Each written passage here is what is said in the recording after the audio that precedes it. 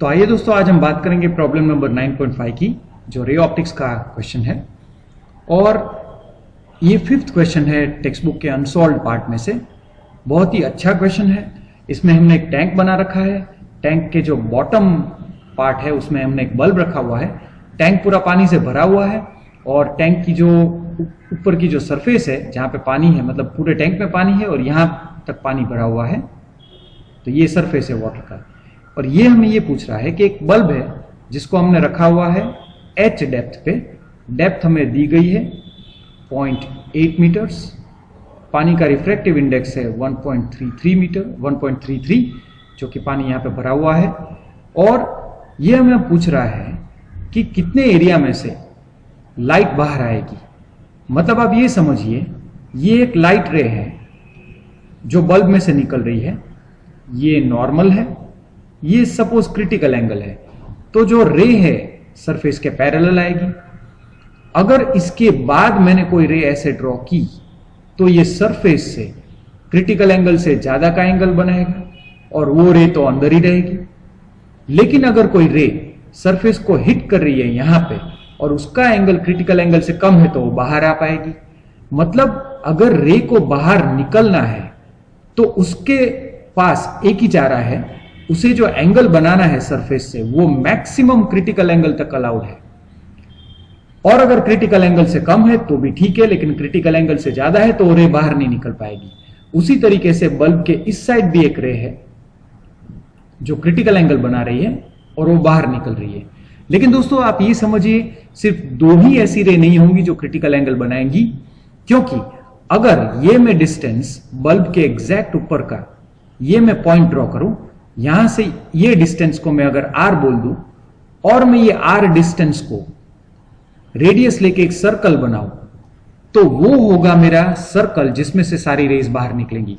क्योंकि देखिए दोस्तों, ये जो रे है वो r डिस्टेंस पे है तो क्रिटिकल एंगल बना रही है।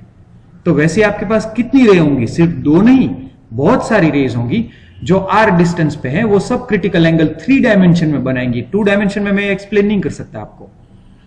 तो 3 डायमेंशन में आपके पास बहुत सारी ऐसी रेज होंगी जो r डिस्टेंस पे बाहर निकलेंगी और सारी रेज जो r डिस्टेंस पे ये सेंटर से हैं वो सब क्रिटिकल एंगल बनाएंगी और सब बाहर निकलेंगी और उसकी अंदर की रे तो निकलेंगी। मतलब ये वो सर्कल है जिसका एरिया हमें निकालना है और एरिया होता है πr²।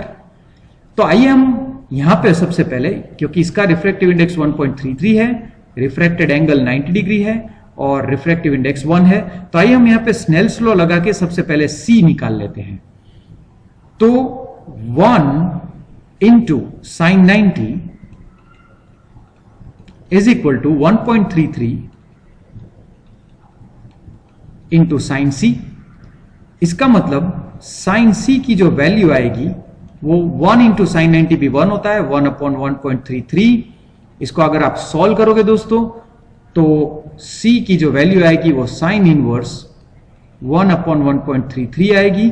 इसको आप सॉल्व कीजिए और जो भी वैल्यू आए उसको आप नेचुरल टेंजेंट्स में देखिए, उसके सामने का जो एंगल है, सॉरी नेचुरल साइंस में देखिए, उसके सामने का जो एंगल है वो आपका आंसर आएगा। तो मतलब ये आएगा 48.7 डिग्रीज, जो कि आपका क्रिटिकल एंगल है। अब वापिस से इस डायग्राम में आइए। ये जो h डेप्थ है, ये जो h डेप्थ है वो आपको 0.8 मीटर दी गई है। और अगर आप यहां केयरफुली देखें तो ये Z फॉर्मेशन बनेगा, ये भी C है तो ये भी C बनेगा।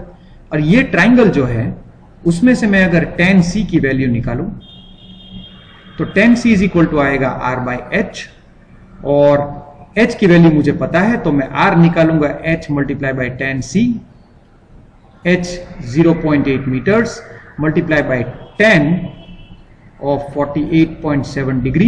नेचुरल टेंजेंट्स जो लॉगरिथमिक टेबल्स में दी रहती हैं उसमें आप 48.7 के सामने का जो वैल्यू है वो देखिए, उसको मल्टीप्लाई बाय 0.8 से कीजिए तो आपको जो रेडियस आएगा वो 0.91 मीटर आएगा। और area is equal to πr² होता है 3.14 multiply by 0.91 metre the whole square. ये जो आपका जो एरिया आएगा वो आएगा 2.61 मीटर स्क्वायर। तो होपफुली आपको मेरा एक्सप्लेनेशन अच्छा लगा और जरूर मेरी चैनल को आप सब्सक्राइब कीजिए। कोई डाउट है तो आप कमेंट कीजिए। Thank you.